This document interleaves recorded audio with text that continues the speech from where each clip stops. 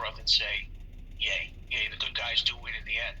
Joe, when people want to throw out what we have, which is democracy, it means they're basically unhappy, and they're willing to just kind of stand by and watch anything go. And I'm just going to say it again. This is what we have to really be honest about.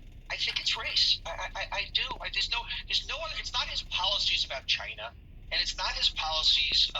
It's certainly not his COVID response, and it's certainly not his non-response to giving out relief to people. I just think this country, and this is what has to be dealt with, and this is something that is not an easy solution. Is that what is it what nerve did he hit by saying Muslim ban, by saying about the Mexicans? But that's where no president, no politician has ever gone before in any substantial office, at least not in the last 40 or 50 years.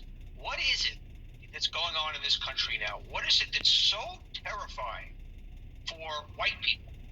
And that's what this is about.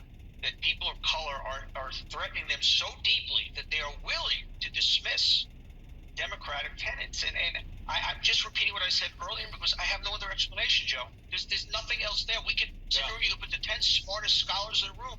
That's it. It's I'm saying that, the quiet part out loud. There's no other explanation. And that's what we have to deal with this country right now. We're a divided country, and it's about race. I don't care what anybody else says.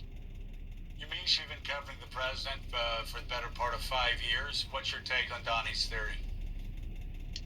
I think Donnie's theory is a solid one because I've been talking to so many Trump supporters over the last few years, and I have to tell you, even when I talk to them about policies, about foreign policy, or about China, a lot of times the Trump supporters that I talk to, they turn the issue back to race. Now, maybe it's because they're being interviewed by someone who's African American, but I can remember one of my first hints that this was going to be a running theme of the Trump administration was being in Wisconsin, talking to a man, trying to explain to him about healthcare and talking to him about why he supported the president's healthcare plan, and he kept on saying, well, people think I'm racist. People think I'm racist. And I finally said, well, sir, even though I'm talking about healthcare, why do people think you're racist? And he said, well, look at you. You're a black girl. How could you get a job at the New York Times?